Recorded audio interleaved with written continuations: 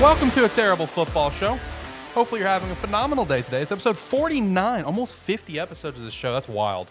That is absolutely insane. Normally with like AniMan Plus and Gamesthetic, we've always done like some sort of special for episode 50 and like 100, but ATFS is just different. You know, we have business as usual. We got football to talk about. We don't have time for special stuff. We have football to talk about. But hey, you know, it is a pretty big celebration. I feel like next week when we get to episode 50, a massive milestone for any podcast out there. Most podcasts don't end up making it past 10 episodes. That's a fact. We're going to talk about bowl games, man. Next week, Bowl Mania. We're going to go over all the bowl games. It's going to be great. And joining with me, I have Jakub and Ricky. Still no Shane. Shane had something pop up last week, and he had something very spicy pop up this week. He should be back next week, talk some bowl games with us. But boys, how we doing? How we feeling? Shane, this date better been worth it, man. Damn.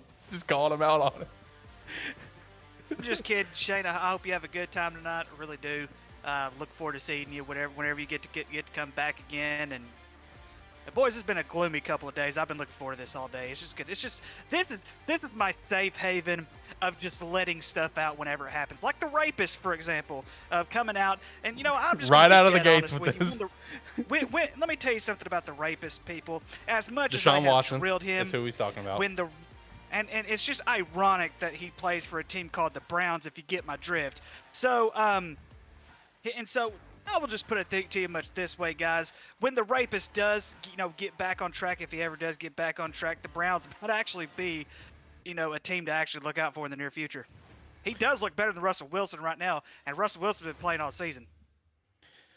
Yeah, dude, things are going on over in Denver right now, and it raises a lot of questions. Like I've seen a lot of chatter and a lot of talk on, if they should already get rid of Nathaniel Hackett. I mean, there's a lot of questions, and we may dive into some of that here today because Russell has just not looked like what everyone thought he was going to potentially look like coming in this year. But man, it has been a time, and you're 100% right on the gloominess. It's been a very gloomy few days. Very, very gloomy and just humid. It's just gross out. Jacob, what about you? How are you feeling today? I'm the same pretty much. This gloominess has got me like really tired for some reason. But good news, I got all my deer meat from the 2 deer that I shot this week. So that's awesome. Okay. My entire freezer's filled. I can't fill anything else. I had to give meat to my mom, to my grandparents, to my dad, everybody. But yeah, with the whole Deshaun Watson thing, I don't think it's gonna work out for them. I really don't. Big ass contract they're gonna eat. That's their own fault, yeah, to be honest. They're gonna pay for that. I don't know why. Okay, I get why you would switch from Jacoby Brissett, but the man just came off of a win, and you benched him. And he's probably not going to play the rest of the season. He's probably going to end up somewhere else next year. Unfortunate. Yeah, it is. The Browns are going to be paying for that one for many years to come, and it's like not only are they going to be paying for it, every other NFL team around the league is just shaking their fist at them. It's like, yeah, thanks for fucking the entire market. Thanks for screwing everything up for us for a guy who doesn't even deserve the money. So appreciate that, Cleveland, because you just made life harder for everyone else. Well, except for the quarterbacks, of course, you made their life great. But you made life harder for everyone else, trying to retain these guys. We also, just some shout-outs here. Of course, we do have Chad in chat here, wanting to chat about some Ohio State, Georgia. Chad, I do see you over in Discord. Give me a minute, and we can pull you up, and you and Jacob can go to blows on this and just kind of have a conversation, a very friendly conversation. And let's have a good, very friendly conversation. No. And let's have a good time. We also have Steve in chat. Steve, if you say it's lovely outside one more time, and I know you've only said it once, but if you say it one more time, I will time you out. So you better watch it, mister. You're on thin ice with me right now because it's gross. And then, of course, we have Tyler in chat. Tyler, how are you? How are you doing, my friend?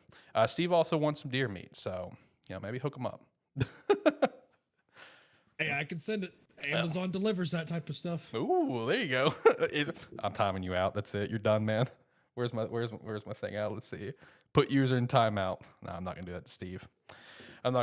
Steve's a good guy. I appreciate him being here. He also stopped by for Gamesthetic live stream here recently, and in true Steve fashion, Ricky, what he does to you every single week almost, he did the same thing to John, and it was hysterical. He really got John going. And Steve just put in chat, he's like, John, welcome to me in chat. And I'm just like, yo, John, man, he does the same thing to Ricky on Tuesdays. He does the exact, he finds something that will irk you, and he just just digs at it and just digs at it, man. Oh, dude, it's great. But we do have a lot to talk about today. College football playoffs are officially set, like, already kind of alluded to. We do have our guy Chad here, who is in the guest queue in our Discord, and you could be as well if you join the Discord. You can come in and chat with us. We'll pull you up, chat with a few minutes about whatever you want to talk about, whatever's on your mind. So we'll get to him here in a few minutes. He said, give me a minute. He's on until he gets home, so he's on his way home. We'll pull him up, go to blows here. Georgia and Ohio State, big game here in the near future, but yeah, college football playoffs is set. The Heisman finals is set, and definitely chat about that. And we did get the official confirmation news that, college football playoffs going to 12 teams. Was it 24 or 25 season? I think is what it was. 24. Or 20? Yep. Okay. That's a big deal. We've been waiting for this, right? We've been waiting for this for quite some time, and it's finally going down.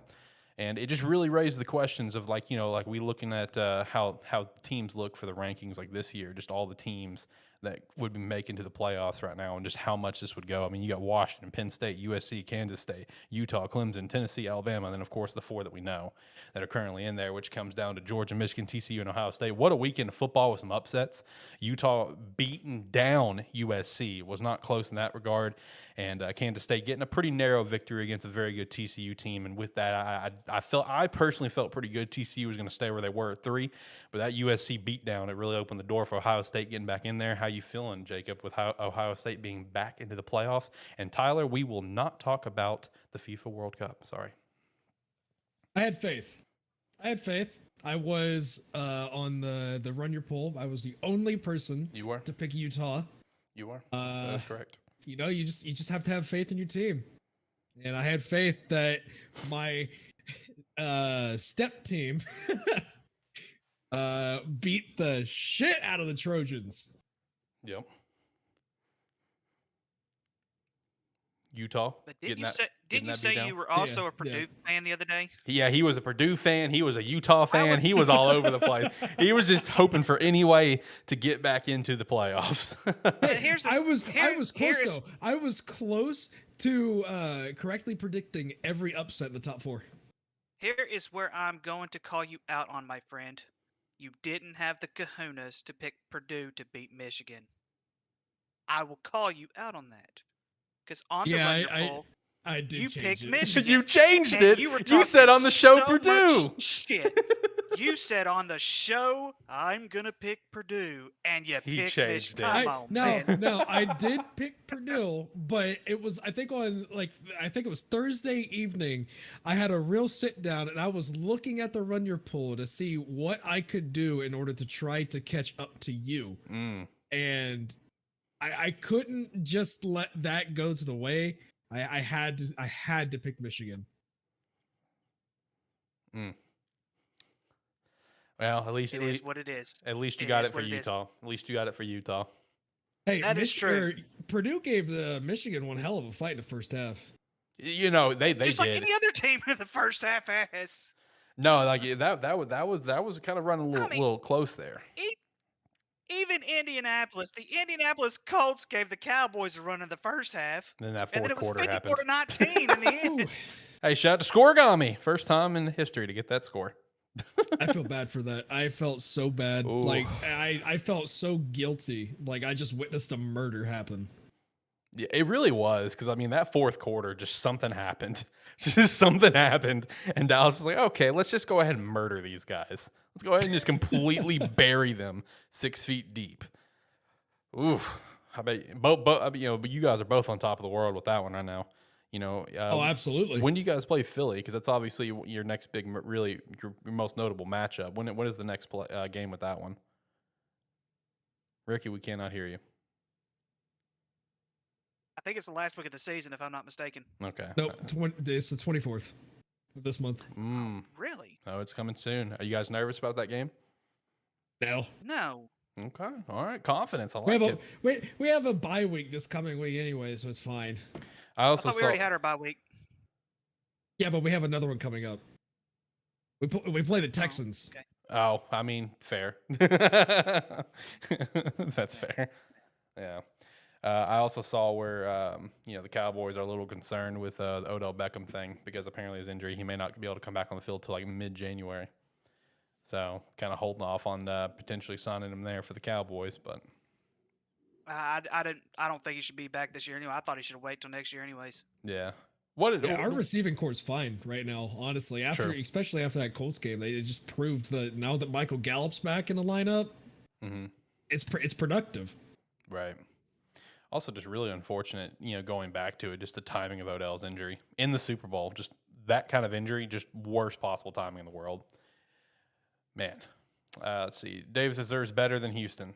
Davis, Long Neck Mills, man, he is not a superstar. I hate to break it to you. And I feel like we're seeing that. Just like we're also going to be seeing that Lovie Smith's going to unfortunately be fired after 1 year, like I said many months ago. Hate to see it, but I saw the writing on the wall, man. Let's get back to some college talk here, though, because I was actually kind of curious on just kind of opening up a conversation here with the Heisman, man, because I got to say, like last year, Heisman felt empty to me. This year, the Heisman feels unbelievably empty to me. Like it just feels like a joke of an award at this point. And I was kind of curious on you guys' take on the 4 finalists, how much they fuck it up, how much they get it right, just kind of general thoughts on this. Because I mean, I just it really, really irks me to an extreme degree that we have situations of very, very late in the season injuries, and that automatically makes them disqualified. I just think that's stupid to me. Again, I said it before. If injuries took place, like week 5, week 6, whatever. But I mean, I feel like we should have like a percentage in place where you play a certain percentage amount of your team's games or whatever the case is. Even if you get hurt second or in like Blake's case, last game of the season, I still feel like you should be at least a Heisman candidate because it's like in Hendon's case and Blake's case, you get hurt and you're done. And it's just stupid to me. I think it's stupid because of how late they got hurt, and now we have the Heisman candidates that we do, and Caleb Williams is probably going to be the guy to win it. I just don't feel like I don't feel like he is what the Heisman represents. You know what I mean, for this season. At least that's my opinion. What's you guys' take on the Heisman and now that we have our finalists? I think they got 3 out of 4 correct. Okay. I think they got Stetson Bennett correct. They got Max Duggan correct, and they got CJ Stroud correct. If it was up to me, Caleb Williams would be out, and I'd put Blake Corum there. I'm gonna agree with your last statement for sure, but here's the one thing we have to really remember about Caleb Williams, and as much as I hate Lincoln Riley, 'cause I can't stand that dude. One thing we have to remember is that this USC team, this program was almost at rock bottom last season, and for him to come into a new program and to be able to do what he has done, the only thing that's not impressive is that he's done it with like I said even last week whenever I was arguing that Ohio State should be in the top 4 regardless of USC's trend of their one loss or whatever it is. Their schedule has not been very tough. They have not. He has not fought a gauntlet schedule. I mean, even compared to Ohio State. And I know Ohio State hasn't really had that much of a gauntlet schedule, but it's way higher than what the gauntlet schedule that Caleb Williams has had. And then let me look here. Of course, Stetson Bennett. I think one of the reasons I would even consider Stetson Bennett to get it is because everyone counts him out. Like it's almost like okay, you have Stetson Bennett, kind of like how Bama had AJ McCarron a few years back. Who was the other one that I'm thinking of that's off the top of my head? Greg McElroy. He's almost kind of like that type of a quarterback. You just don't expect him to do anything, but yet we've seen him this year, and he has been able to dig Georgia out of some of the holes that they should have been dug in to begin with. But when I look at Max Duggan, I look besides Georgia and the SEC gauntlet because let's face it, the SEC gauntlet is totally different than what it used to be. But when you look at the gauntlet Max Duggan has faced this season, how many ranked teams has TCU faced this year? Mm-hmm. And then you also look at TCU last year. TCU was in a way worse situation than what USC was. And look where they're at right now. Right. They're in the college football playoff. Max Duggan is my Heisman Trophy winner this year. I will agree with that. Are you guys like locking in for sure? Like that is the guy you want to win the Heisman, or you think is going to win the Heisman? Both. Okay. I'm I'm gonna say want to, and if I'm hoping the Heisman Committee gets this right. But here's the thing, guys. I haven't had faith in the Heisman Committee for many years because there have been times I'm like, I don't know about that. I think you got that one wrong, but I don't have faith in this Heisman Committee. I just don't. I think they're going to go for Caleb Williams. I just do. And let's face it, he has the favor, and that's all I'm going to say on that. Okay. So Chad seems to be ready to come up into chat, and we can go blow to blow, Ohio State and Georgia. Before we do, I cannot wait to hear this. Last question on the Heisman here for you boys. If Hendon and Blake never got hurt, who are your 4 going to the Heisman show? Do you still include Hendon? Stroud, Dugan, Corum, and Henderson. Yeah. Hooker. Yeah. Hendon Hooker. Okay. Yeah. Hendon Hooker would have been my winner. If you just look at the stats all the way around, I know we can't compare. I know we can't necessarily go back to last season, but if you were to compare the 2 seasons, he's been consistently the best quarterback for the last couple of years. You could also argue C.J. Stroud to be in that argument as well. But had Tennessee stayed undefeated and gone undefeated, it would have been Hooker for sure. Okay. All right. With that said, let's pull Chad up into chat here. He's setting in the ATFS guest queue in our official Discord server, which you can join as well and come chat with us about whatever you want to talk about in the pro or college football world. So let's go ahead and move him up real quick. And Chad, you are now on A Terrible Football Show. How are you doing, my friend? Hopefully life is going well for you. We have a nice little Georgia fan in here. One of the hosts of the show is Ohio State fan. Should be an interesting conversation here. Yes, sir. How y'all doing? I'm doing great, man.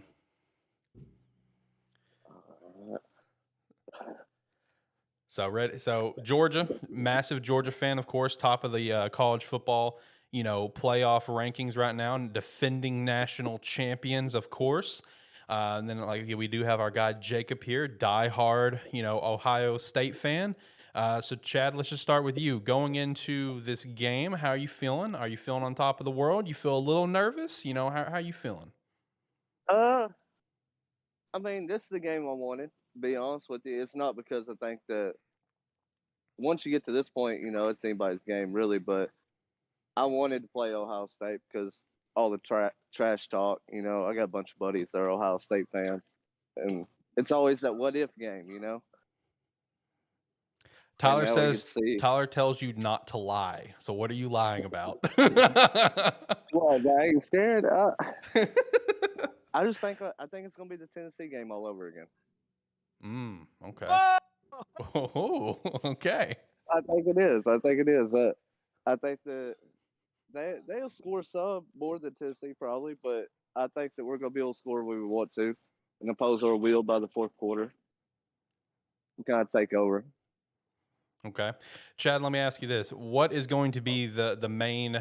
What's going to be the main thing that Georgia needs to do to win this game in your mind? Run the ball. That's the number one thing: is run the ball. Run the ball, and if Keeley could have a really good game out there 1-on-1, then it'll allow our safeties help on everybody else. Which that's asking a lot. Yeah, true. Yeah, especially with someone like Marvin Harrison Jr. that your team's gonna have to go up against. That's gonna be obviously a problem. But I mean, he held high pretty good though. Okay, fair. All right, let's turn it to Jakub, our residential Ohio State fan. Jakub, how are you feeling going in this game? We haven't really dove into it yet. We're once I saw Chad and chat, we were kind of delaying the conversation. But how are you feeling going into this massive Georgia game in the college? Are you feeling on top of the world? You feeling a little nervous? This is exactly what Ohio State fans wanted. We wanted to face an SEC team in the playoffs again because we are sick and tired of what happens to us when we play SEC teams. Trying to get the monkey off your back. This is not the same Ohio State as it was last year. I will say that much because we have a better defense this year.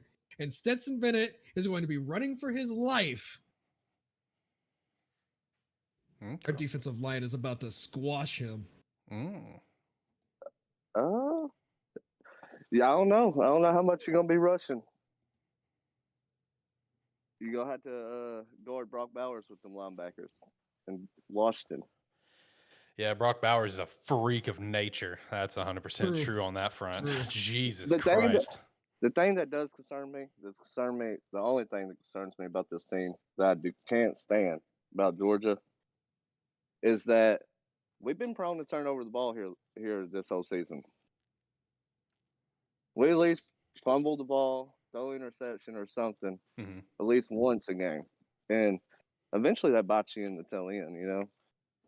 Yeah, it ends up coming back to bite you at some point in time, right? Yeah, some point it does. It's just like winning the turnover battle every single game. Eventually, you're not gonna win it. And what do you do when you don't win it? You know what I'm saying? Yeah. Kind of like TCU, you know, playing with fire the whole season. Eventually, they got burnt. Okay. Now, Jacob, What y'all, go what ahead. y'all think about that game, though? Michigan and TCU. Yeah.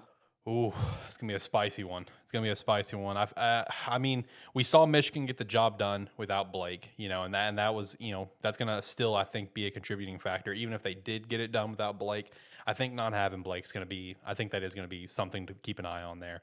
But you know, I think it's gonna be an electric game. I think it's gonna be a battle of quarterbacks. But my thing is, I like Max a lot more than I do JJ. But I mean, Yeah. that Michigan team, man, that defense and even the run game without Blake is a very good team. It's tough for me to say. I would love to see TCU get that dub. I would absolutely adore it, but my guts tell me it's going to be Michigan. My gut is telling me it's going to be Michigan. I think it's going to be because we saw them slow down before against Texas, and they can't have a game like that. They're going to have to go up there and score. If they don't score, they ain't going to be able to beat Michigan. They got to put Michigan in an uncomfortable spot, make them have a shootout type of game. Yeah. Because if it's just battle in the trenches, it could be a quick night. And I want to see TCU prevail over Michigan too, but I don't know. That's a toss up. It's some good matchups, I think. For the first time in a while, we might not see two blowouts in the first round. I could agree to that. I think I could agree. I think both games are going to be pretty competitive games. Now, Ricky and Jacob, kind of the same question there. What's you guys' thoughts on this TCU Michigan matchup? I think it's going to be pretty close, honestly. I do think it'll end up being a shootout with JJ and Max. And JJ has proved these last couple games that if he needs to throw the ball, he can throw the ball pretty well. That's just the Jim Harbaugh type of offense that they have. And obviously Max puts everything on his back when he needs to the most, and that's why he's my vote for Heisman. Yes, sir. I think it's going to be a highly competitive game. If it's not a competitive game, I will be very shocked. Fair. I personally don't think it's gonna be that competitive. That's just my opinion. Ooh, okay. I don't think it's gonna be that. To me, Michigan is on a totally different level than what TCU is on.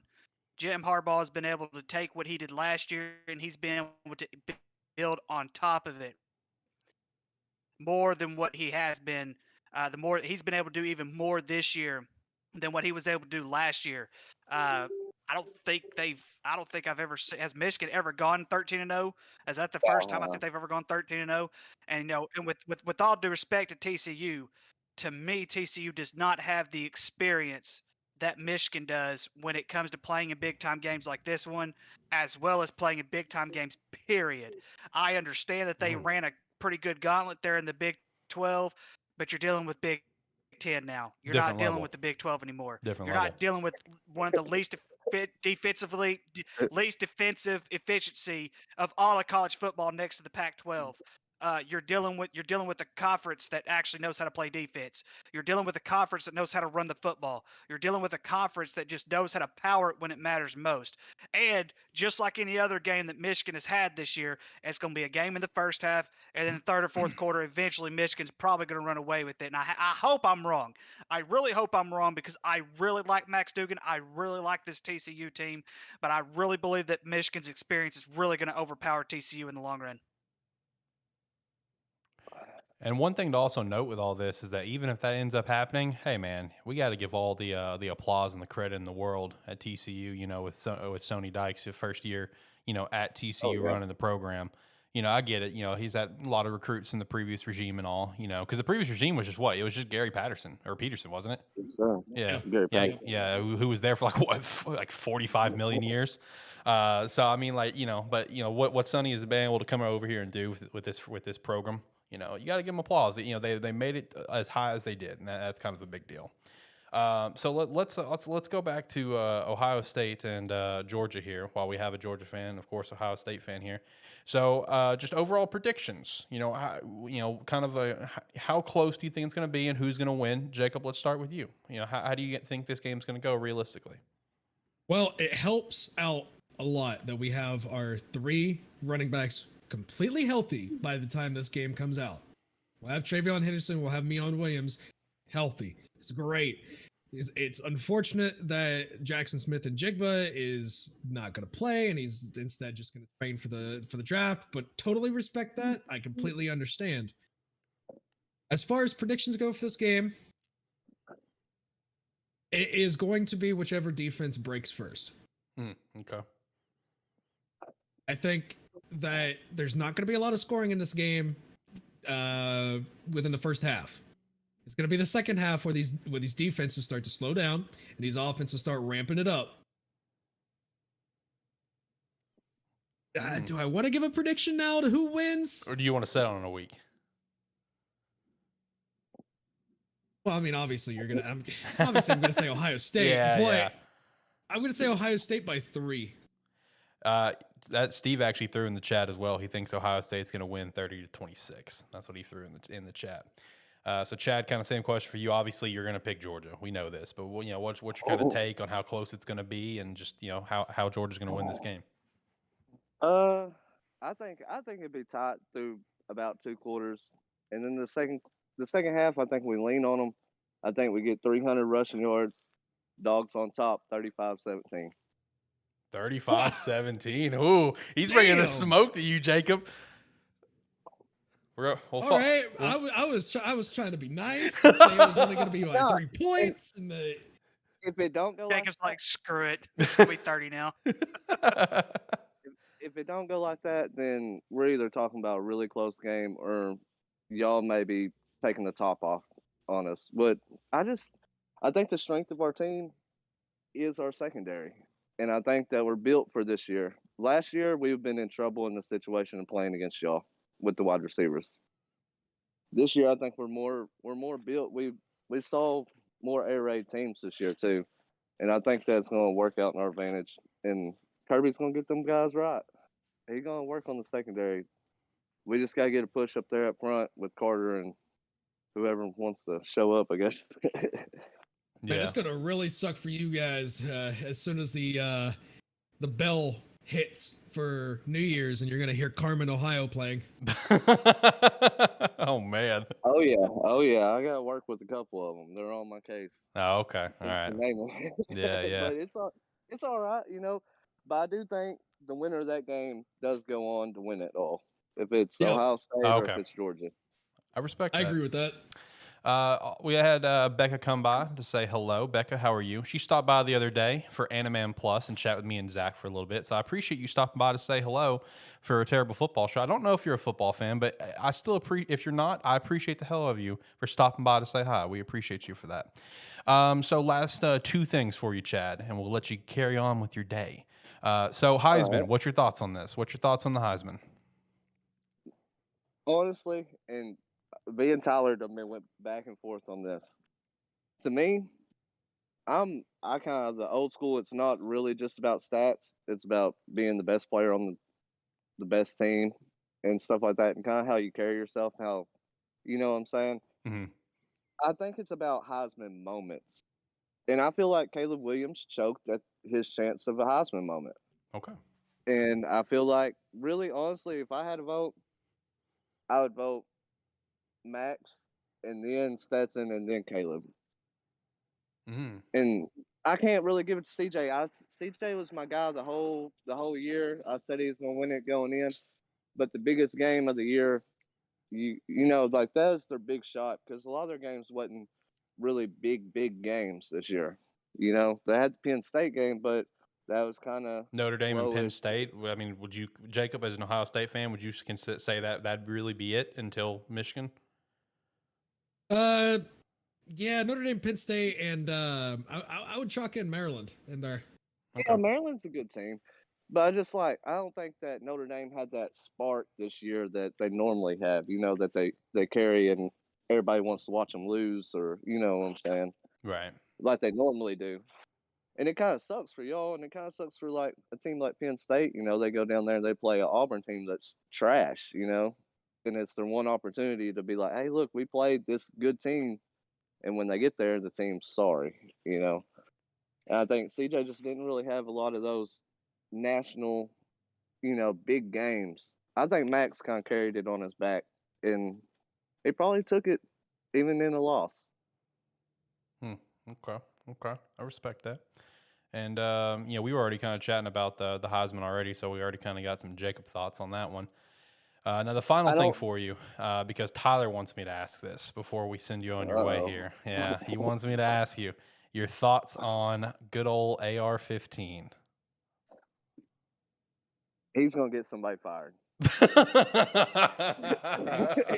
You remember that John Gruden show where he used to have players come in and all that stuff, and the first thing he said to him, he's like, you know, this is, I forgot what they called it, but he had initials for it, and it's like basically, you know, the choice kind of gets you fired or hired, you know what I'm saying? And I think if somebody takes him in the first round, they'll lose their job in 3 years, because think of how much pressure that put you. You pick somebody first round, they gotta be able to start eventually. And I don't think that he could fit it in the windows like other quarterbacks. He's an athlete. He'd be a hell of a tight end, but I don't think that he has the arm talent and the touch on the ball. He throws everything 1,000 miles per hour, and I just think that somebody's gonna mess up if they take him in the first, second round. Third, fourth round, and use him as a prospect, that wouldn't be bad. But not in the first 2 rounds. Steve. And that's not me just hating because he's from Florida. Like, right. I've done saw this kid. I mean, he almost turns over the ball just as much as he scores, you know? Like, I just really don't get it. I give you my opinion real quick. Yes. I know he's a guest, and you know, and I respect that. I wouldn't take him in the 7th round. Next question. Exactly. I wouldn't take him at all. He's going to be Mr. I would take him as Mr. Irrelevant at 256, whatever the hell the number is now. Yeah. And then I kick him off the team the next day. We're going to wave him the next day. You know, and it's sad because somebody's off in his ear telling him that he is this. Right. That's what sucks, because, you know, like, if he developed one more year, who knows, you know? I don't blame him, because since there's so much hype of everybody saying he's going out, that I would go too, because maybe next year he comes back and he does the same thing and they don't. Oh God, sorry I was laughing through all that. We had another sex bot come into the chat offering hot photos of their hot sister. I just couldn't. Yes. Heck yes. Man, what a meme. I love it. I think it's hilarious. Just quick timeout, quick remove, quick ban. Just have a good time and just laugh at it, man. Well, anyway, Chad, any last thoughts you want to throw out there on anything? You know, if not, we can let you carry on with your day, and we appreciate you for stopping by. There is one thing. All right, hit me with it. Will Anderson didn't deserve Defensive Player of the Year. Ooh, okay. I know he probably is one of the best players in the league, but his stats didn't show anything this year. And I kind of think that Mississippi State cornerback, I want to say, or safety that had like 8 interceptions stuff, he kind of got robbed. Right. Out of that whole ordeal. And I don't know like any other like elite defensive players that did, you know, really good, but I'm sure there's plenty more than what his stats were.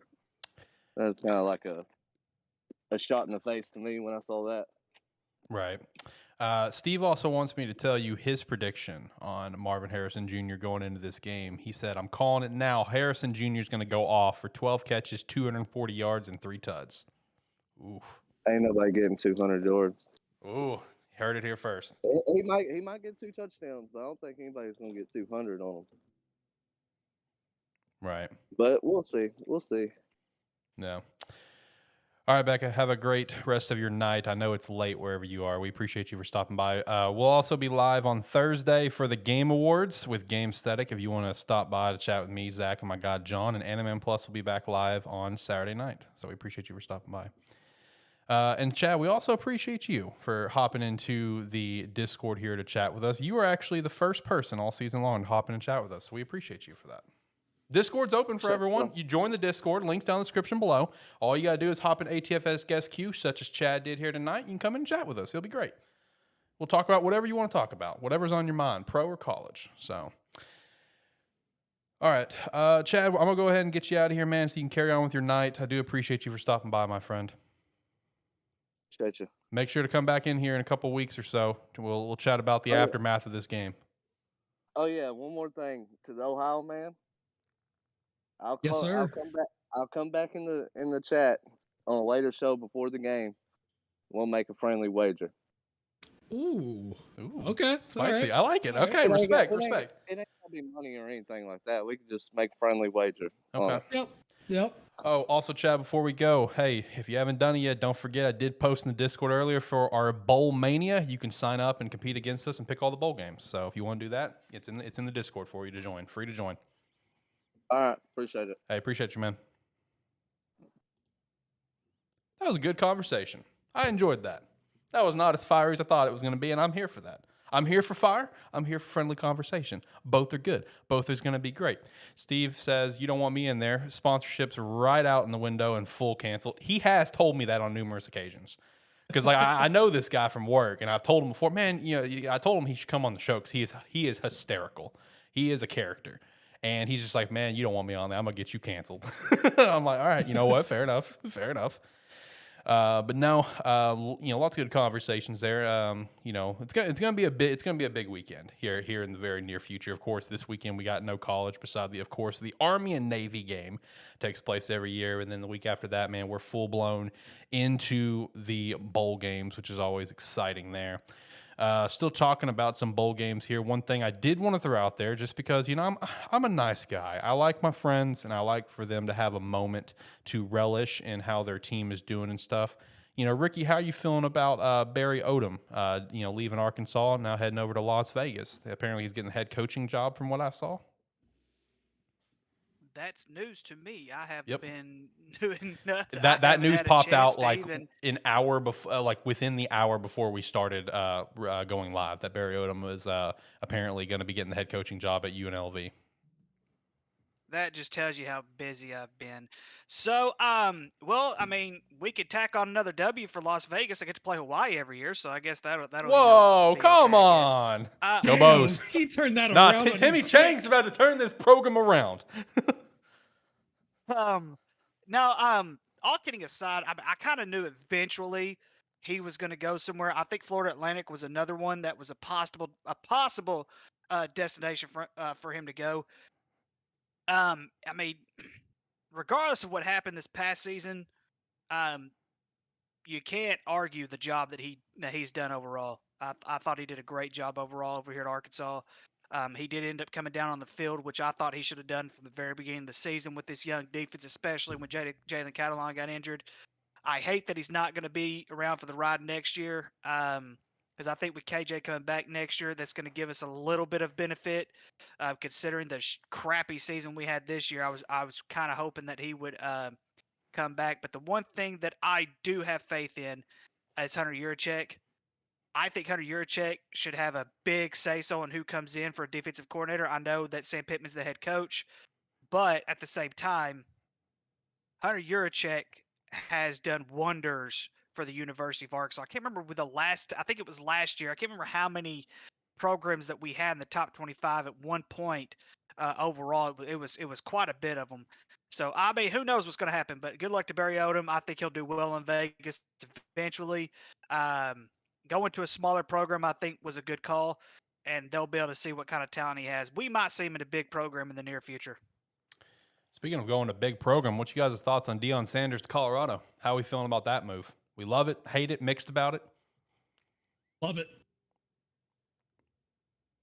Yeah, I love it as well. We were actually last night. I was calling a ball game right behind, not too far from my house, and one of the guys was talking about some of the things that Deion Sanders said while he was in there, and these kids should start entering the transfer portal now and things like that.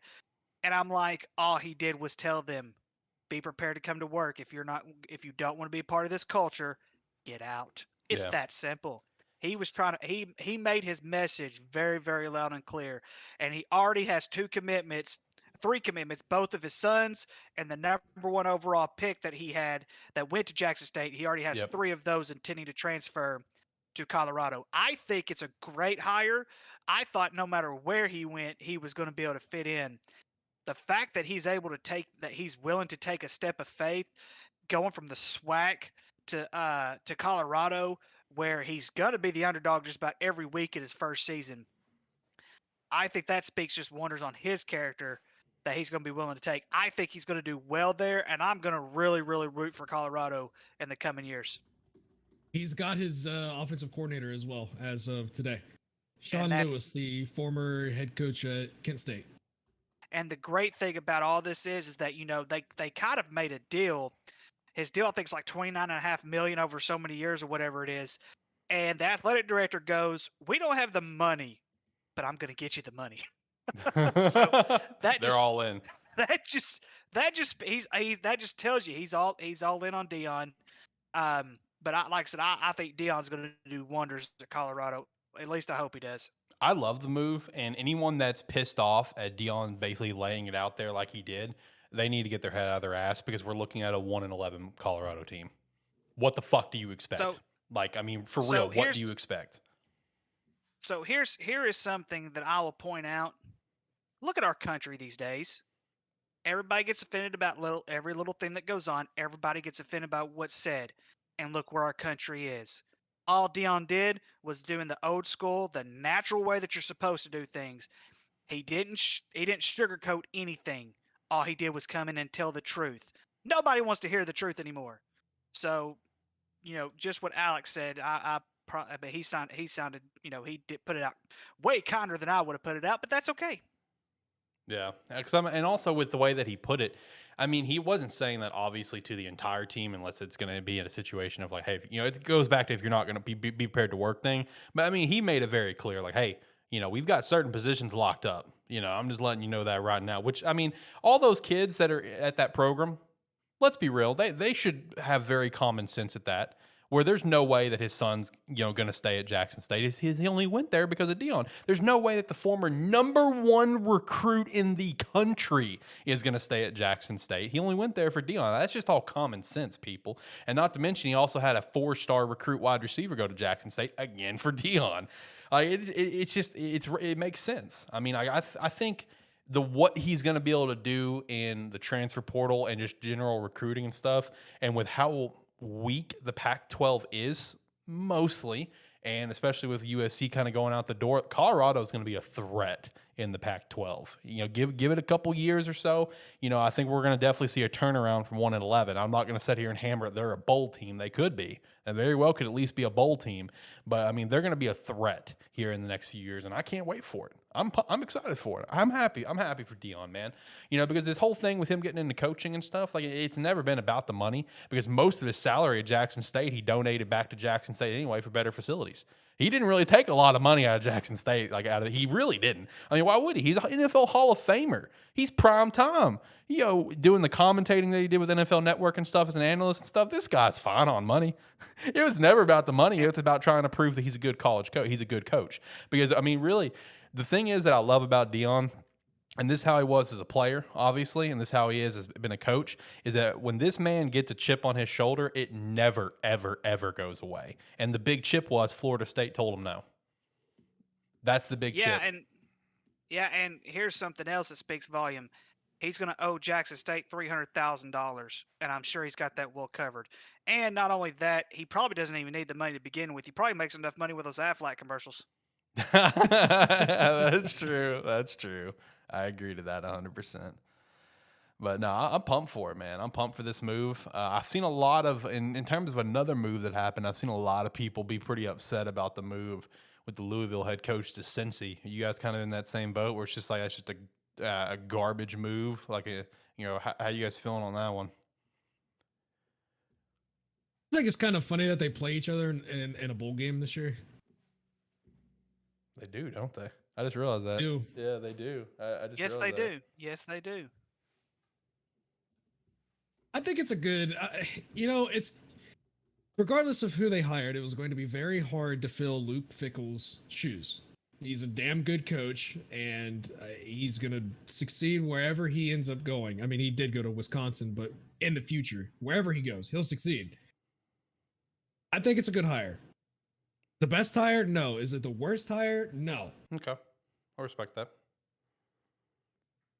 Well, I mean, and Cincinnati doesn't have the financial means that a lot of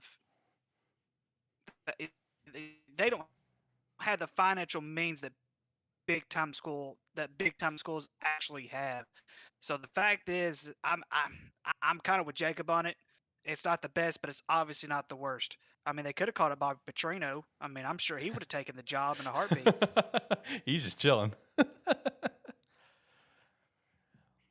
No, I mean, I just don't think it's the, because I'm friends with a couple people on like Facebook and stuff, and I've seen the Cincy fan base on how they're kind of reacting to it, and I guess they just hoped for more. They hoped with what Luke Fickell has been able to do with that program and the name that Luke Fickell was and is, that they hope they could bring in someone with a higher caliber name. You know what I mean? In terms of the Louisville coach, to my understanding, the writing's been kind of on the wall. He's been trying to get out for a little bit because he even started a conversation with South Carolina before Shane Beamer was hired. So he's been trying. He's been trying to get out of Louisville for a little bit, and this was his opportunity. But I mean, I think it'll be interesting to watch, especially when you got to keep in mind this was Cincinnati's last year in the American Conference. Next year start Big 12 play. So it's going to be interesting to see what's going to happen going over there. But I mean, we've already seen the repercussions of Luke leaving Cincinnati with numerous recruits now in the transfer portal, which, man, the transfer portal is going insane right now. Like, this is like the most players that it's ever had in history. We saw JT Daniels transferring again. He's going to his fourth team now.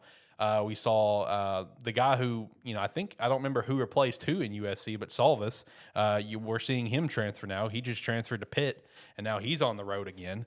I mean, dude, the transfer portal is absolutely insane right now, popping off. It's actually kind of baffling, to be honest, but it's gonna be kind of curious to see where all these players land. DJ, that's also kind of a big piece of news. There is the DJ is, of course, transferring from Clemson, to no surprise. Let's be real, no surprise. And I've seen a lot of conversation already that so he's linked to some Pac-12 teams, including my Beavs. So we'll see. We'll see. We'll see how it goes. What's you guys' take on some of this transfer stuff and just how the portal's done and everything? You love it or you hate it? It kind of mixed on it?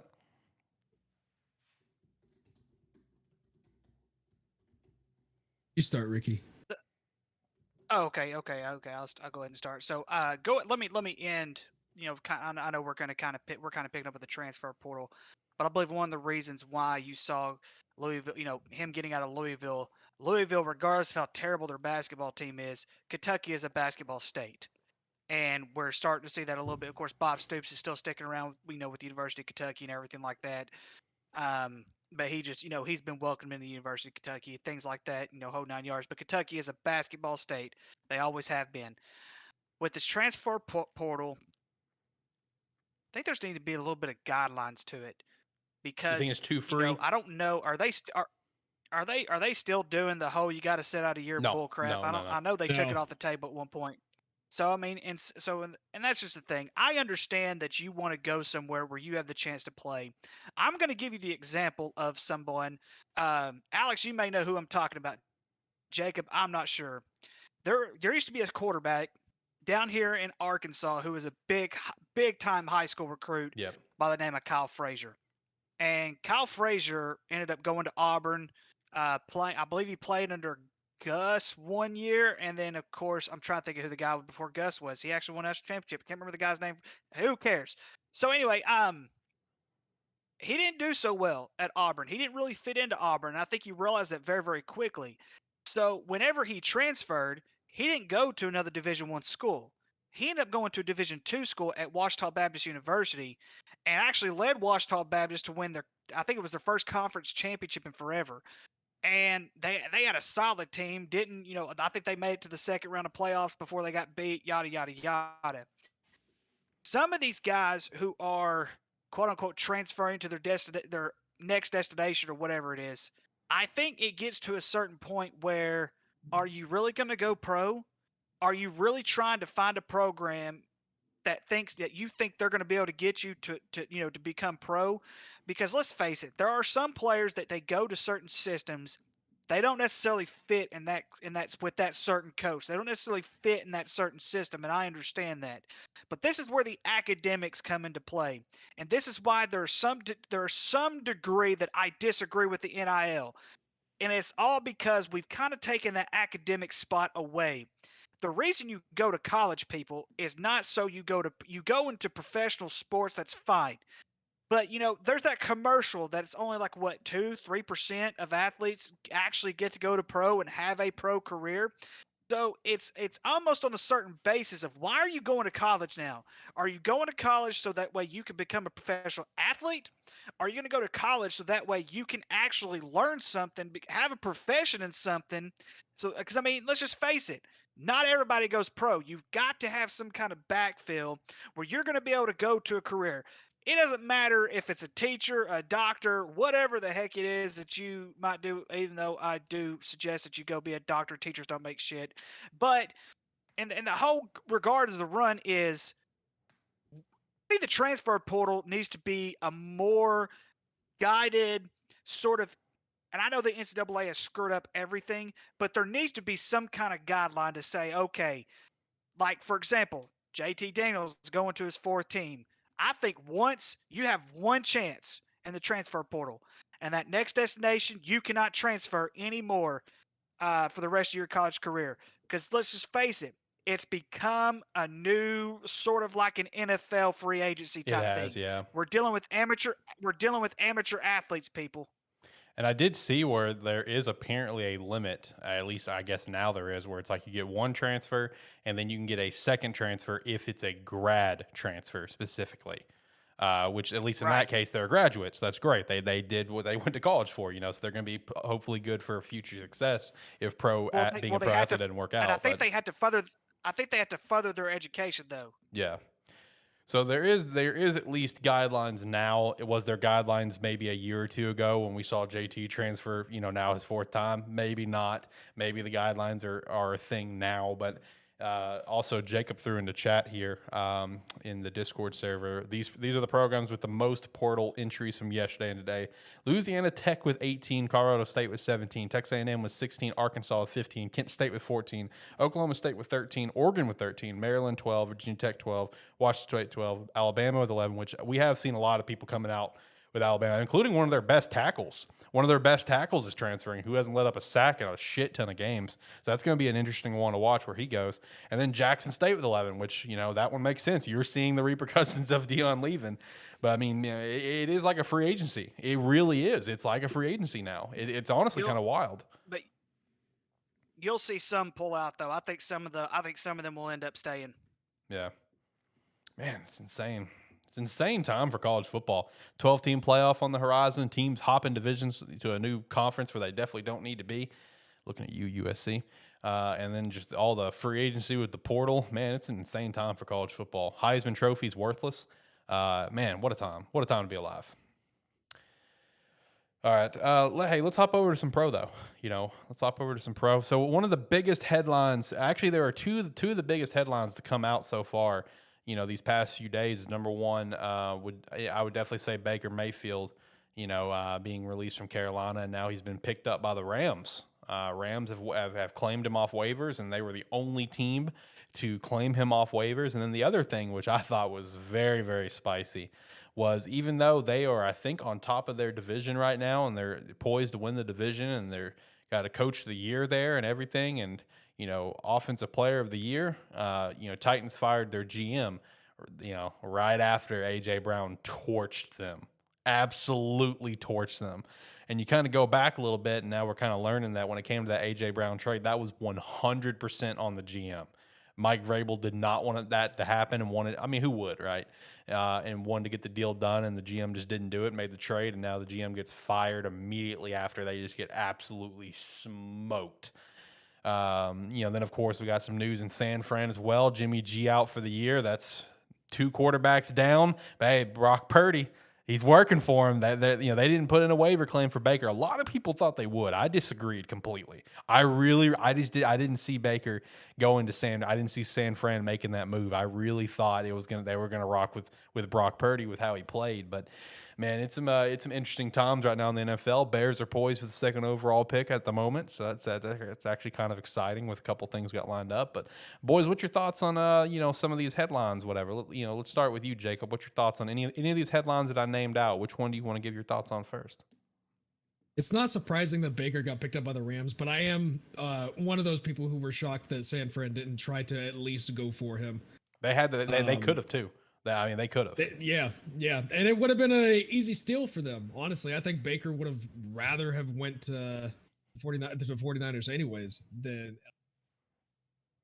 Yeah, versus one of the worst Super Bowl hangovers hangovers ever. Remember Brock Purdy from college? Kind of. At Iowa State, yeah. Yeah. He was a stud. He was, man. He was a stud. He made Iowa State a good football team. Well, a good bowl football team. Well, I think he's going to fit in well with the 49ers offense anyways. That offense is so easy and so user-friendly to learn for quarterbacks, especially younger quarterbacks. I think the 49ers still could secure their division with Brock Purdy. I think they're going to miss Jimmy Garoppolo when all is said and done, though. And you mean like after the the season and everything when they go for Trey? Exactly. I'm rooting for the kid. Don't get me wrong. I'm definitely going to root for the kid. But I think once they picked up Christian McCaffrey and they got a few other pieces, they were expecting to make that Super Bowl run. And could they still do it? Yes. Do I think they're going to do it? No. Picking up Baker Mayfield, they would have been in the same, if not a worse situation than what they're in right now. The Rams have nothing to lose at this point. The one thing that Baker does have on his side, though, is if he can win a few games and show that he can be a leader, maybe somewhere down the road, maybe there's another team out there that'll give him another chance. But I'll just be honest with you guys. I honestly think Baker's done. That's just my opinion. I think he's done. The fact that the Rams even decided, hey, let's pick him up. We don't have anybody else anyway. We suck. It's just one of those little guidelines. Let's see if this works. And I'm sure he has some kind of connection in there with the Rams for him to be picked up by them anyway. So I'm not going to sit here and claim that I know who that connection is, but he's got to have a connection. Why would you want Baker Mayfield at this point? He is, I mean, and like I said, I like Baker. I really do. I've rooted for his success. Really thought the Browns should have tried to stick with him, but this is professional football and shit like this happens. And I will here's the one thing about the Tennessee GM who got fired. The one thing I will defend with him is eventually, because the Tennessee market, guys, is not a huge market. So you have to play that card of, do I get rid of Derrick Henry, who has carried our team? Or do I get rid of A.J. Brown, who could potentially carry our team? The only reason I would have kept A.J. Brown was because a running back's career does not last long. I think the average is like 5.5, 6 years for a running back in the NFL. In their prime, so, in their prime, right? Yeah. And so I could defend him on that mark. Okay. We do got some things here in chat to follow up on here. So in terms of Brock Purdy, Tyler does throw out there because he was a big Brock Purdy fan. He's a big Purdy guy. Is that he was an absolute dog in college, and him and Breece Hall basically made Iowa State relevant, which that's true. They did. They made Iowa State relevant. Steve also threw out there Rodgers is going to San Fran next year, 2 years, and he calls it a career. And then Tyler also says that Lamar Jackson's going to go to San Fran. So some spicy takes here in the chat right now. Lamar Jackson's still looking for that contract. Is going to San Fran. If it's going to be one of them, it'd be Aaron Rodgers, in my opinion. Yep. It would be Aaron Rodgers. Yeah. That's who would go to San Fran. That somehow, some way that would happen. And it's just like, sorry, Trey, you're about to learn from, a multi-time MVP, future Hall of Famer. You'll be okay for another year or two. I mean, he's clearly on his way out the door. You'll be fine. Back to the bench. So if there's going to be anyone going to San Fran, it's going to be Aaron Rodgers, in my opinion. But it is an interesting conversation about where Lamar is going to go. Is he going to stay in Baltimore? Are they going to actually get this deal done? Or is he on his way out? Because, man, Baltimore has been – ooh, I mean, they're 8-4, I think, and man, their record is those 4 losses are just something to really look at. Where they had the lead in all 4 of those games, they should, essentially be undefeated, and they just completely blew leads. Like you look at every single loss they had going into like the second half of the fourth quarter, they were up by X amount of points, by like at least 10 plus points. I think one game was up by 20 points and turn around and lose. So man, I think it's to an extent where Lamar is just like, all right, this is kind of bullshit. I'm kind of out of my way out of here. But he's going to a team who doesn't have anybody good on it. # wasted career. Too many good players in San Fran for Lamar to breathe in that atmosphere. So, but I mean, it is going to be kind of interesting to watch how that plays out this offseason. But in terms of the Baker thing, I do agree. I think I kind of see his career being done. This is kind of his last shot, I feel like. Because, I mean, Baker's not a guy that I see just staying in the league as a backup. You know what I mean? I don't see that. So this is kind of his last stop, in my opinion. But, hey, on the plus side, he's got a promising acting career set up for him. I mean, I'll give him that. I love his commercials. His commercials are great. He could go to the XFL or the USFL. Yeah, if he's willing to do it, I'd love to see it. Come on down to Orlando, baby. Orlando Guardians. I'd love Baker down in Orlando. Hey, uniforms being revealed tomorrow, by the way, boys. Ooh, XFL sweet. uniforms tomorrow. I forgot the time, but tomorrow uniforms being revealed, and I'm pumped. Baker's old football coach, Bob Stoops, is going to be coaching in the XFL. He is. He's at Renegades. Yeah, he's at the Renegades. Ooh, you might be onto something with Baker to XFL if the Rams don't work out. MVP. There you go. I'd love to see it. And one thing Tyler also threw out there is that he actually deserves to have some weapons and stuff. And he did though in Cleveland. It's just it didn't work out for whatever the reason was. With Odell and Jarvis. I'm a big Jarvis fan. While he may be obviously out of his prime now, while he was in Cleveland, in my opinion, he was still a dog. All right, I love Jarvis. So he had the weapons there, but I mean, going to San Fran though. While Allen Robinson has been a bust of a signing for the Rams, and while he's struggled this year, Cooper Kupp is still Cooper Kupp. So, I mean, I think it'll be kind of interesting to see how Baker will do in L.A., even though they don't have a run game, really. That's the one. Yeah, because they even released Darrell Henderson a few weeks back. I forgot about that. That was a wild release, honestly, especially with how the drama that's been around Cam Akers this year. But I mean, it'll be interesting to see what Baker's able to pull off with Cooper Kupp, because in terms of Stafford, I mean, he could potentially come back week 17, to my understanding, based on injury and timeline, but he's shut down for the year. There's no sense in him coming back. He's shut down for the year, bring him back next year, kind of just kind of reload this offseason with a new offensive line and stuff like that, and just kind of go from there and see what we can do to get this team back on track, because, man, A-Rob got ruined by that Bears coach. I can't remember his name. You talking about Matt Nagy, or are you talking about our OC at the time, who wasn't even really an OC, Bill Lazor? He was just kind of there to have a title. Like he wasn't even. That's all. He was there to have a title. That's it. He wasn't even there to actually be our OC, really, besides a couple games. So love to hear his name. I know you do. Matt Nagy over in KC right now, doing whatever he's doing, having the best time. Reliving the double doink. Yeah, reliving the double doink. That's right. Hey, shout out to Cincy, man, getting that dub on KC this weekend. That was a big dub for him. Make sure 3-0 against KC within the last calendar year. Do what now? Cincy 3-0 against KC okay. within the last calendar year. The only other person to do that is Tom Brady. Okay. Yeah, I got the standings pulled up now, man. It's kind of interesting all the way across the board. We got Buffalo and Miami both kind of duking out over there, 9-3, 8-4 for the East. Jets right behind them. And guys, I got to say, I'm so damn disappointed that the Dolphins couldn't get that dub. I mean, obviously, shout out to Brock Purdy, and I really wanted the Dolphins to catch that dub. I wanted Mike McDaniel to beat his former team in San Fran. I wanted it so damn bad. I love Mike McDaniel's amazing. I love this guy. He's hilarious. And then for the North, you know, hey, Cincy's bringing it back, man. Which I feel like going into the year, that was actually a conversation that we had, Ricky. I think it was me and you when we were chatting about predictions and stuff. Me and you were chatting that we thought Cincy would kind of start slow and pick up hot. You know what I mean? That was our conversation. That's what they've done. And we've seen that. They've same thing they did last year. Started slow, got hot. And we're seeing it right now, man. Then, of course, the South, you know, that's the Titan show. It's just up front. And then the West, who everyone thought would be the division of divisions this year, and it's just a one-man show at this point. One-man show, Chiefs 9-3, Chargers 6-6 right now. Which, you know, looking at the Chargers and where they are with how disappointed they've been, dude, I mean, it further brings some fuel to the fire after the season is Staley out. You know, if they don't make the playoffs, in my mind, Staley's gone. You know, I was not about that train when the season started. Tyler was all on that train before the season started. He would constantly tell me that. I was not about it. But now with where we are, if they don't make the playoffs, he's gone. He's fired, which is wild with how good that team is on paper. And of course, we got as a fan of a team who is 6-6, I just want to say that I salute you, and I'm sorry.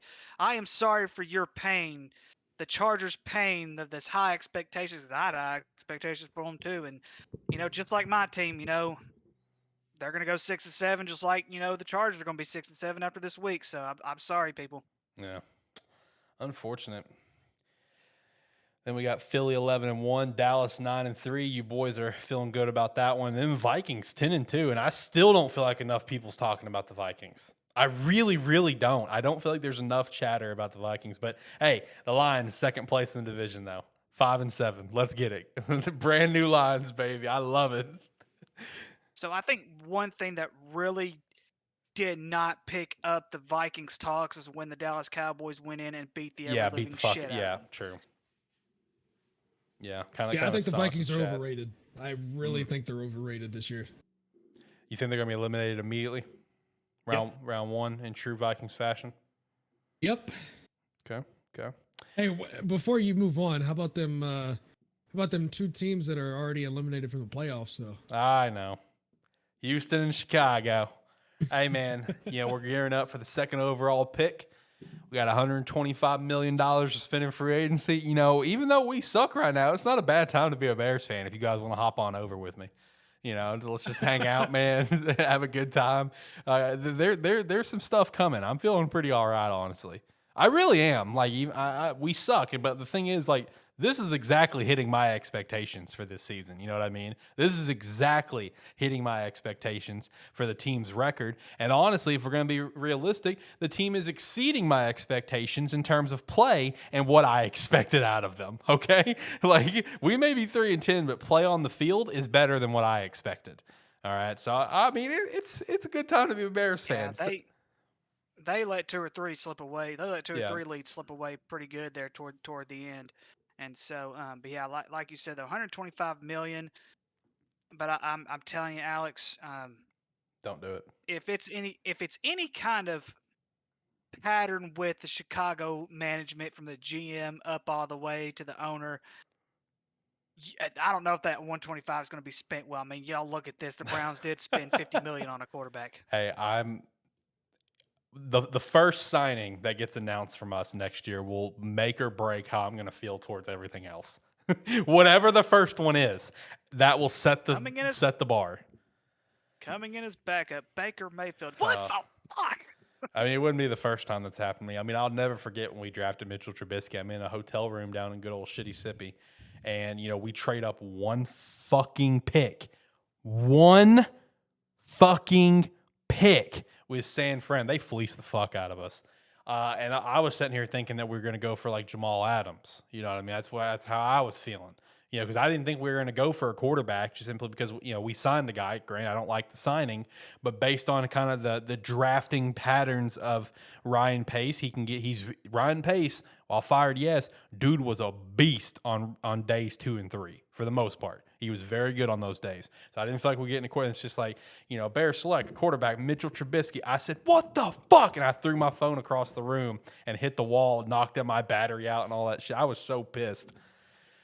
And now we see how it's played out. It sounds like Al Davis came back from the dead and just put a curse on the Chicago Bears because he put enough curse on the Raiders, and he just decided, you know what? Let's just come over here. Let's screw things up with Chicago. Yep. God, and what makes me so damn mad about it, and I understand it's after the fact, so anyone can say anything, whatever. But from everything that I've seen and gathered about that draft, everything was pointing towards the Bears drafting Patrick Mahomes. Like Patrick Mahomes has talked about that at length. The Bears were stupidly high on him. That's who John Fox wanted at the time, and it was, there was apparently from now again, this is after the fact, so it's like, can you really believe what anyone says? What John Fox has said before is that there was no conversation about Trubisky at any freaking point. Ryan Pace went out to like the pro day or whatever to scout a different player at North Carolina or whatever it was. I don't remember. And he came back and it was like the day before the draft. And Ryan Pace told John they were taking Trubisky. And John's like, whoa, what the fuck? I thought we were going for Patrick Mahomes. It's like, nah, I really like Trubisky. We're getting Trubisky. That's what I've gathered. And even Mahomes has said at length that the Bears were very, very high on him. That's why every time like he plays the Bears now and he scores, he makes sure to count how many draft picks. He makes sure to rub that in the Bears for us. So it is what it is, man. Yeah, that dude got paid off to draft Trubisky. Man, I'm telling you, dude. Like, you guys had a good couple of years under Mitchell though. He made a Pro Bowl. Yeah, he made a Pro Bowl as like a third alternate. No, like for real, he was the third alternate, like the top two guys or the top like three guys for the NFC that year, if I remember correctly. Because I remember him when he made the Pro Bowl. I saw the video the Bears put up where he got the call. I was not hyped that he made the Pro Bowl because it felt like such a, like a participation trophy award for him. Because the three guys that made it to the Pro Bowl, two of them I think weren't able to make it. It could have been, I'd have to go back and look at who made it that year. But two of them did not make it. So only left one. Then the next two alternates they called up, both of them declined as well. And then they went to he was so far down the line of making it to the Pro Bowl. It's not even an award. Like it's really not. I mean, I guess it is in his mind, but it's really not. like you were so far down the totem pole of how many quarterbacks they had to call, and everyone's like, man, fuck the Pro Bowl. I don't want to go to the Pro Bowl. I'm good. So finally we ended up going to Trubisky there, but it is what it is. We had really one good year, and we went to the playoffs twice. The second time we went to the playoffs, we were like, that was the year that we started like 5-1 or 5-0, and we were the worst 5-0 team in history. And I was like, this train's about to go burning down soon. And then the only good year was Matt Nagy's first year when we went 12-4. I really thought we were going to go to the Super Bowl. I really, really did. That defense was playing next level. I thought it was going to be a repeat of 2006. I really did. And then the double doink happened. Unfortunate. Boys, do we have any other NFL conversations that we want to throw out here and chat about? I'm going to take a peek on Twitter, see if there's anything I missed, but I don't think so. Let's see. I'll just point out the fact I was not impressed with Tom Brady's comeback last night. I don't know if anybody else wasn't or not, but No. New Orleans is horrible. No, that actually brings up a good question. Just so we're all on the same page, we're about to see another team make it to the playoffs with a losing record. Yeah, we're about to see that happen because I feel like we're about to see that happen again. It's like the third time that's ever happened? Seattle, Washington, and now one of these teams. I feel like Seattle, Washington, one of Carolina. these teams, and then the St. Louis Rams did it. What year was that? Sam Bradford was their quarterback. It was, but the year before I think it was 2 years before they went to LA. Okay, so I feel like we're about to see it again. We're about to see a losing team go to the playoffs with the NFC South division winner. This division's garbage, man. Yeah, but hey, once Tom Brady gets into the playoffs, man, you might as well consider them like undefeated. Yeah, exactly. Treat them like it's a whole 17-0 team. Brady. Yeah, it really is. I keep seeing the jokes that he's 3-1 since the divorce. So I want to watch out, NFL. I want to watch out. All right. Yeah, any other takes? If not, I feel like we can go ahead and hit the picks and maybe wrap this show up actually pretty early since we don't have college picks this week. Well, we have one. I went ahead and added Army and Navy to the Run Your Pools, so make sure to get your picks in, boys. And then we have FCS play as well. But you guys ready to get to picks? Do it. All right. Hit the music. Bet. So I guess let's start with the college real quick, since this will be very quick here. Go to leaderboards. Ricky, you are, of course, on top, 180, 119. Jacob, you're 173, 126.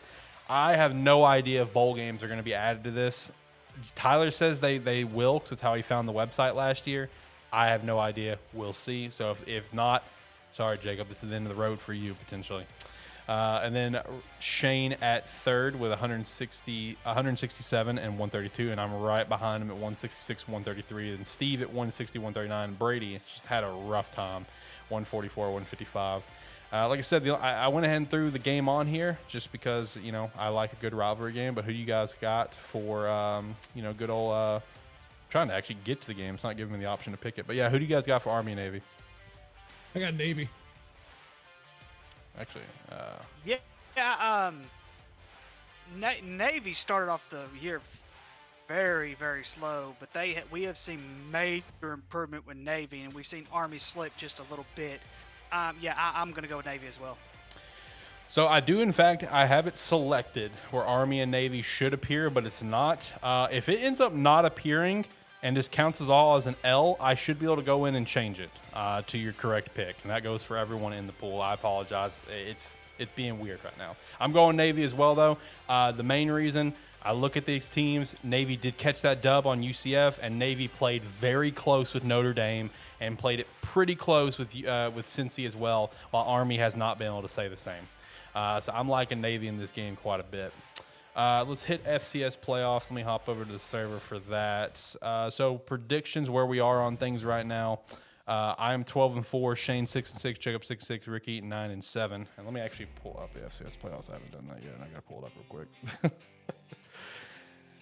You know, Jacob, you really went all in to risk it to get the biscuit last week, and it did not pay off for you, my friend. No, it did not. It did not pay off for you, man, at all. All right, so FCS playoffs. Let's see what we got here. South Dakota, Holy Cross at South Dakota State. Give me the Jackrabbits. I like the Jackrabbits here. Yeah, I've got the Jackrabbits as well. Okay. Going with Holy Cross. Oh, my God, here we go again. Oh, for the love of Jesus. Jacob, you learned what happened last week. It's not going to be every one of them. It's not. Yeah, okay, all right. Well, if you say so. Lord. All right, William Lord and Mary have and mercy. Montana State. Give me the Bobcats on this one. Give me Montana State. Yeah, I'm gonna pick Montana State. I know William and Mary blew out Gardner Webb last week, which I think that's very, very impressive. But Montana State is not Gardner Webb. I will agree with you guys on this one, Montana State. There you go. I'm glad you're seeing the light. Let's see. Where am I? There I am. North Dakota State and Sanford. Oh, you know who it's about. North Dakota State. Yep. I've got Sanford. Okay, spicy. Sacramento State and Incarnate Ward. Man, I'm going Sacramento State. I'm telling you, this team's on a different level. I want to pull the trigger. I really want to pick Incarnate Ward to win this game. Do it. Do it. But you're right. Sacramento State's on a totally different level. Give me Sacramento State. And I'm picking the team that I said was going to win it all. I'm picking Incarnate Ward. Okay, fair enough. I like it. Oh man, I can't wait to see how this plays out for you love this it. week. I can't wait to see how this plays out for you this week. Hey, I only picked 2 upsets technically, so I mean, Okay, all right. it's not nearly as bad as last week. Right, yeah. That is true. All right, heading over to NFL then, Tom. Man, I have struggled with the NFL this year, but there's still a chance for me to kind of bring it back, and we're going to work on it. Although out of everyone still participating, I am in dead last, but we're gonna fix this. We're gonna fix this. It's okay. Jake, it's a very tight race though. Jacob, you are on top 115 and 80. Steve and Ricky both are 114.81. Shane is 113.82. Brady 111.84, and then I'm 107.88. So I am struggling. I'm struggling. But you know what? We're gonna figure things out. We're gonna get back on track. We're gonna climb our way to the top. We got this. So let's kick things off with Thursday Night Football, Vegas and the Rams. I did actually see a report that Baker could actually play this game already. That's a quick turnaround, but I did see that report. He's flying to LA tonight, and he could potentially play this game, which is wild to me. But all right, whatever. How are we feeling about this one? Both teams are complete and utter garbage. I just want to point that out. Sure, 100%. But Vegas has, even though I think it's too late, they have seemed to sort of figure something out these last couple of games. The Rams are just done. They're just trying to dig in and, you know, hopefully get that third pick in the NFL draft if they even get a pick. I don't know how the draft goes yet this year, but yeah, give me Vegas. Yeah, I'm going with Vegas too. I think Vegas is the safest pick to rock with. Baltimore and Pittsburgh, no Lamar. But Tyler Huntley will be playing, and Pittsburgh is actually a little afraid of that, honestly. How are we feeling about this game? Tyler Huntley lit it up last year when he had to play, honestly. Yeah, I mean, Pittsburgh's played very well here lately. Yeah. Baltimore really, they've struggled as of late, even with Lamar in the lineup. This one could go either way. I'm going to take Pittsburgh because they're at home. Yeah, I'm going to take Pittsburgh. Mike Tomlin is going to claw, fight, bite, whatever he has to do to get this team to a positive record this year. I'm going to go Baltimore. We'll go Baltimore. Did you guys see the video of like one of the reporters trying to get something out of Mike Tomlin, and Mike Tomlin told him to shut the fuck up, basically? It was so funny, man. Like, it was Mike Tomlin. He was walking with something, looking down at it, and the guy said something to Mike, trying to get him to say something, and Mike said, "Man, shut the fuck up. I'm working." And he just kept going. I'm like, Mike Tomlin, baby. I love him. I saw a lot of people bitching about it in chat and the comments and stuff, and there was a couple comments just like, everyone's bitching about Mike Tomlin saying this, but meanwhile, pretty much almost every team in the league would love to have Mike Tomlin as their head coach. I'm like, exactly. So you're all right. Next up, Minnesota and Detroit. Is Detroit going to catch? Are they going to do the upset here? Last time they played, Detroit lost by only 4. Good point. Yeah, and this time they're in Detroit, and Detroit is playing very Hot. well. They are hot. They did have and so I don't know, to be honest with you. I don't know who to pick. I feel like whoever I pick, the other opposite team's going to win. I want Detroit to win. I'll pick Minnesota. I'm picking Detroit. Give me the lines. Yeah. Give me the lines. Jacksonville, Tennessee. Give me the Titans on this one. Isn't Jacksonville their kryptonite, or is that Indianapolis I'm thinking of? Yeah, it's Indy. Jacksonville is the kryptonite to Indianapolis. Oh, okay. Tennessee usually beats the fuck out of Jacksonville for the most part. Yeah, that's very true. Tennessee really needs to rebound this week.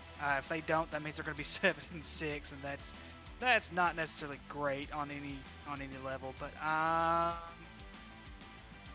yeah, Jacksonville just got obliterated and literally drilled by Detroit. Tennessee got drilled as well by Philly. But I think the Titans are a better team. Give me Tennessee. Titans. The South divisions are so weak this year. True. So weak this year. Give me Tennessee. Philly at the Giants. Give me Philly.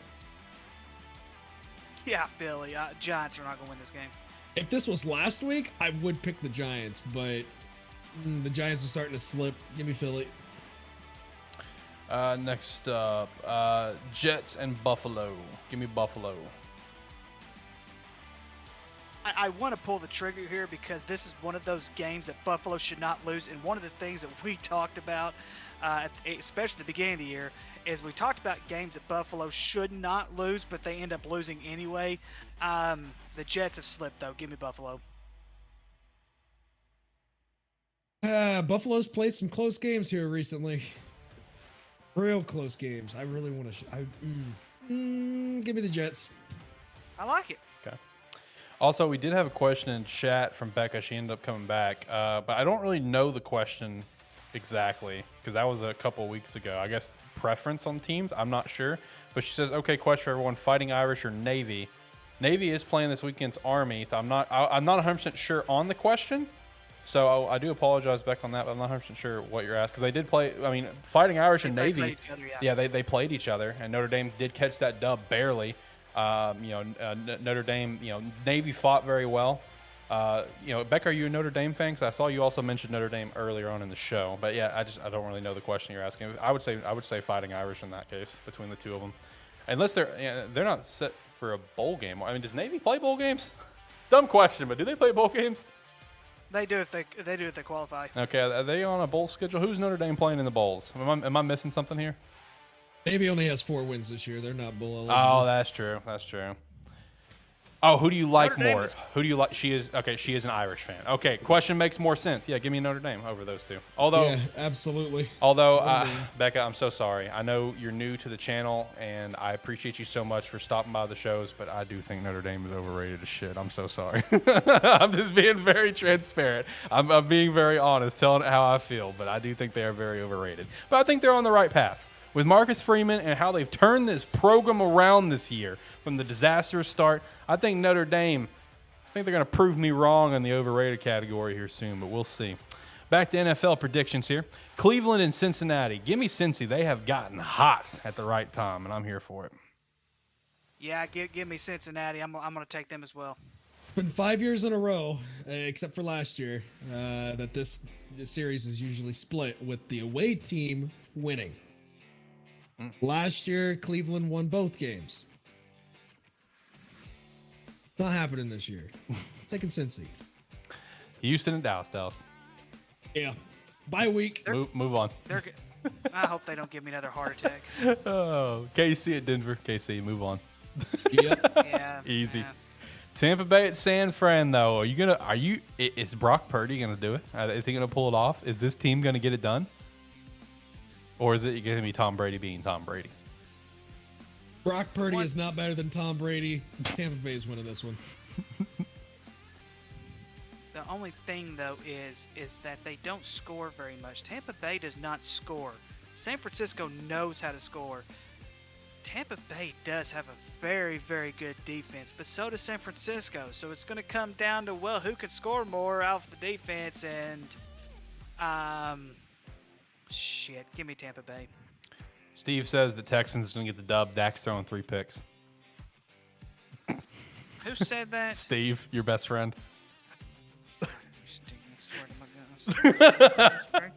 All right, I'm going to go with San Fran. I'm going to put my faith in Brock Purdy.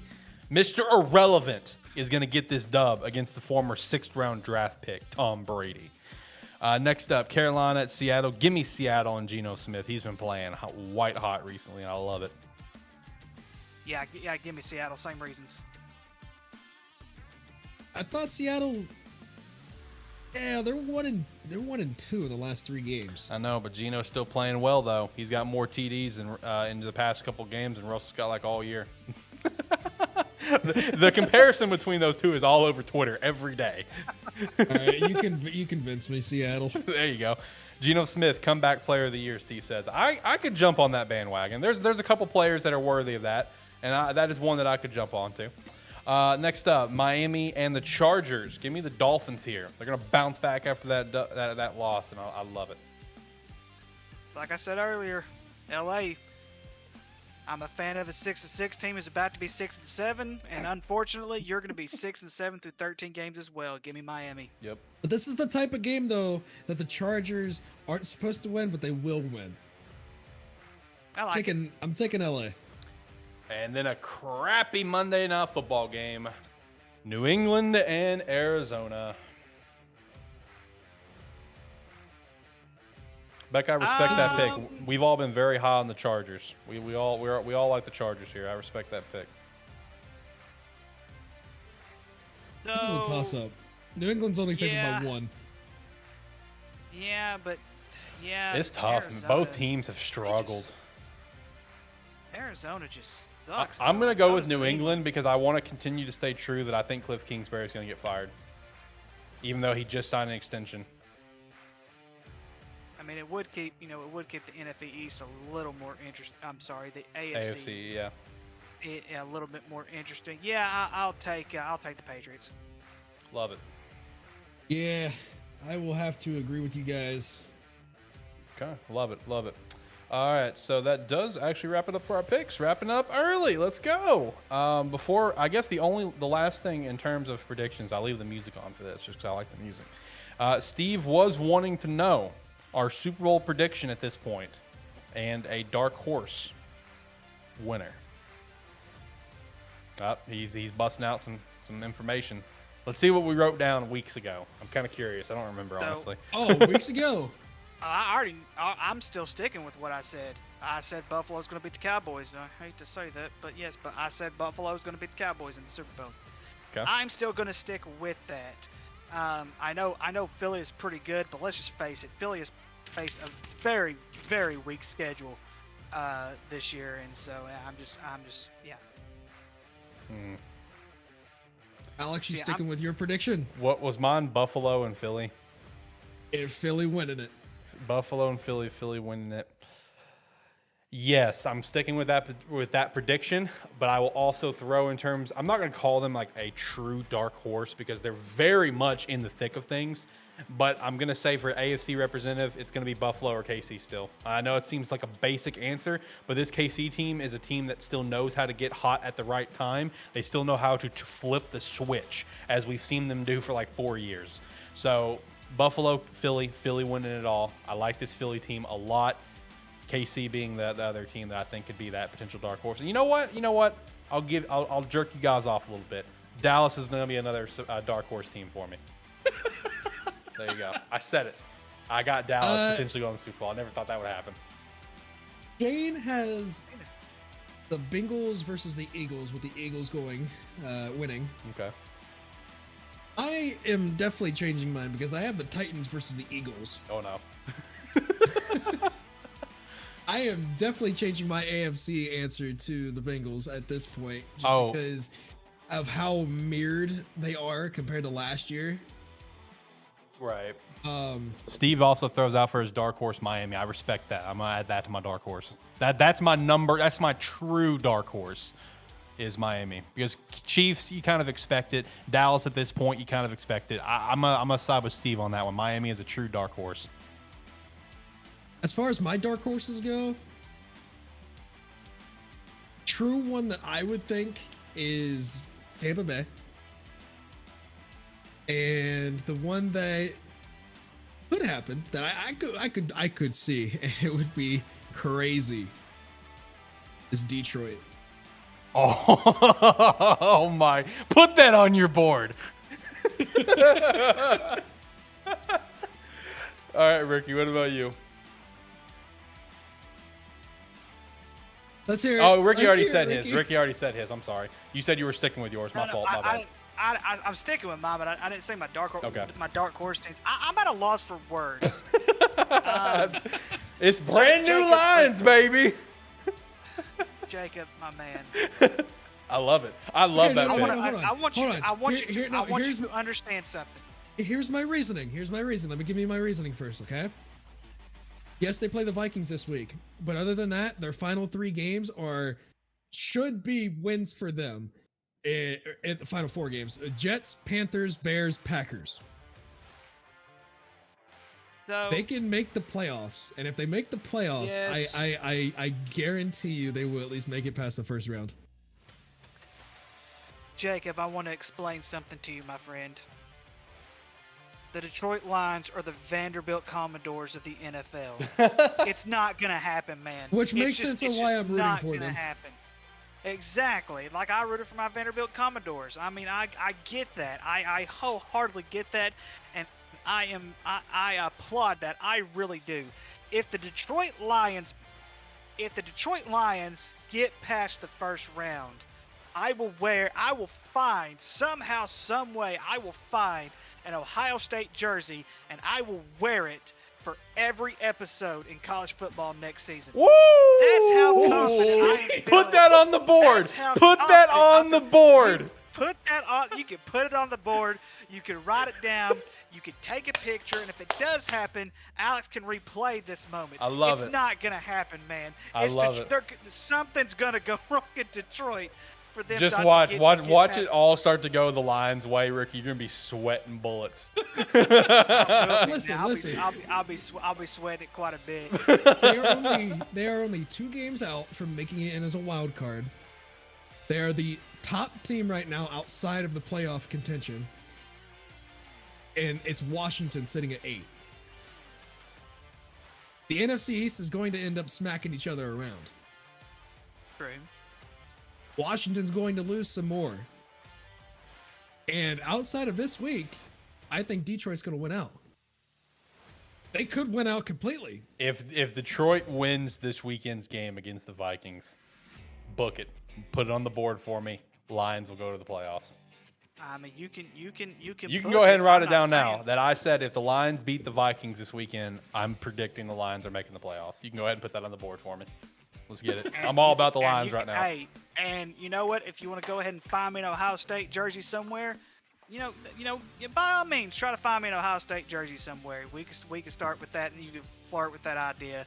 And then I'll even let you hold the jersey up right in front of the camera for the entire world of the ATFS fan base to see.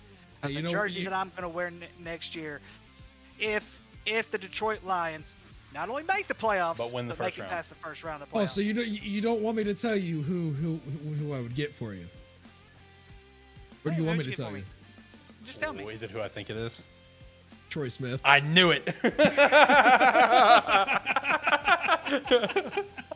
I love it. I love it. Speaking of all this jersey talk, make sure you go pick up our jerseys over at Agent Inc. Link down in the description below. You can get one for every show. Ricky is done, which we are done, boys. We made it in. We made it through our picks. Ricky is heated. He is out of here. He is done with this show for the day.